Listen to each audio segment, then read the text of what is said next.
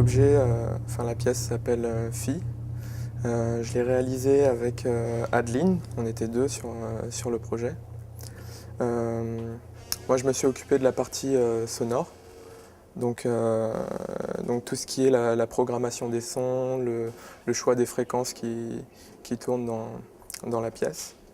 Et Adeline, elle, s'est occupée de la partie conception de l'objet, c'est-à-dire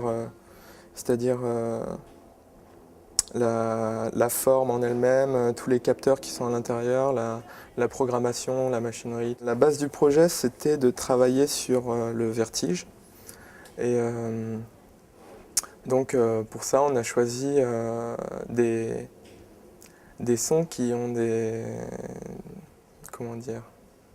qui ont des caractéristiques assez physiques, c'est-à-dire des sons assez bas, des fréquences assez basses.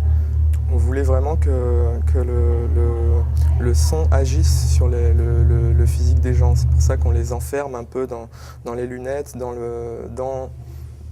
la structure, les quatre enceintes, tout ça, qui soit vraiment dans le son en lui-même, pour qu'il y ait un maximum de retour. Il y a plusieurs manières d'utiliser l'objet. C'est-à-dire que certaines personnes vont passer du temps et l'utiliser vraiment, c'est-à-dire poser leurs mains et vraiment forcer dessus. Et du coup, il va y avoir beaucoup de sons qui vont sortir et ils vont avoir vraiment uniquement le côté physique qui va ressortir. C'est-à-dire que s'ils restent entre 5 et 10 minutes dessus, ils vont commencer à avoir, c'est pas, comme je disais, ça ira pas jusqu'au vomissement, mais on se sent pas bien, on le sent dans le torse. Donc voilà. Et d'autres qui auraient peut-être plus de sensibilité et voient plus l'instrument qu'il y a là-dedans, c'est-à-dire qu'ils vont être assez sensibles sur les capteurs et vraiment essayer de composer une musique avec l'objet.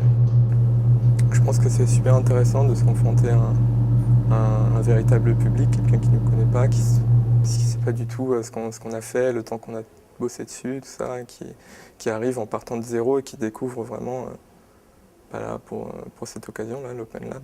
C'était très bien.